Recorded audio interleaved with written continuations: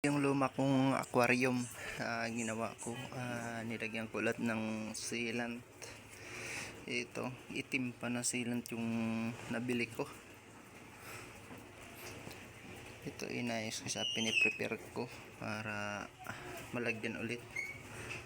Medyo may kalumaan na rin kasi to, ilang taon na rin to sa akin. Pala nilagay ko na tong mga isda ko, nandito na.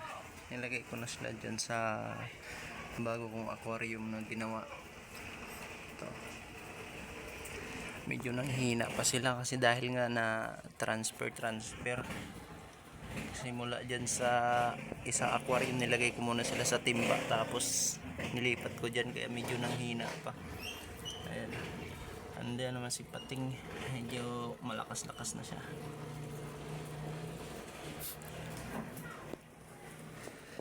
Ito namang maliit, ilagay ko dyan sa baba. Dyan. Naayos ko pa yung paglalagyan. Gumawa nga rin para ako ng filter na pansamantala. So ito,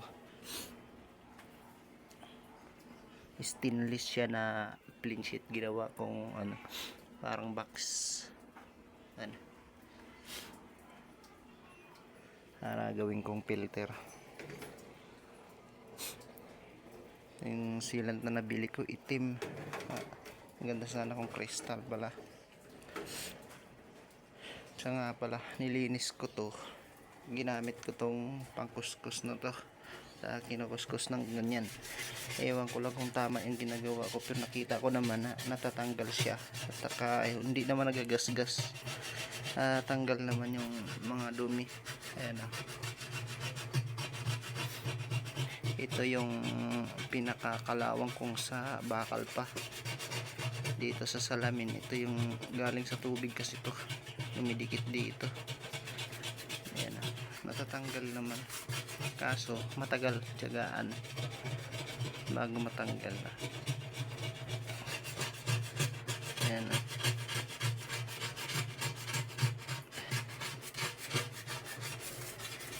Pero medyo nalinis naman hindi katulad dun dati na sobrang dumi talaga. Sinilant ko na rin ng panibago dyan sa loob. Ayun na. Naglagay muna ako ng filter pansamantala dyan sa taas. Yung filter niya na yan, pero baguhin ko pa rin yan kasi medyo gusto ko yung malaking filter para matagal linisin. And medyo malaki tong aquarium na to, hindi ko alam kung ilang liters to. Bali nabili ko lang pala to sa mga tropa ko. Nabili ko lang siya ng 200. Pinaglumaan na kasi, nirepair ko lang para maayos ulit.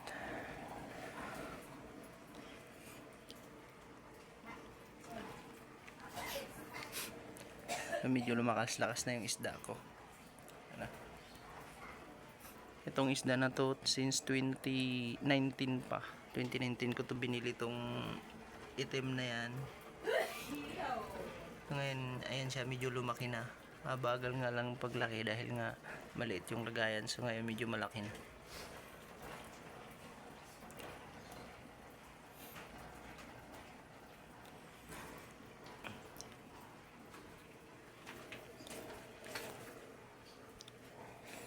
So dito lang muna tayo mga idol. Salamat.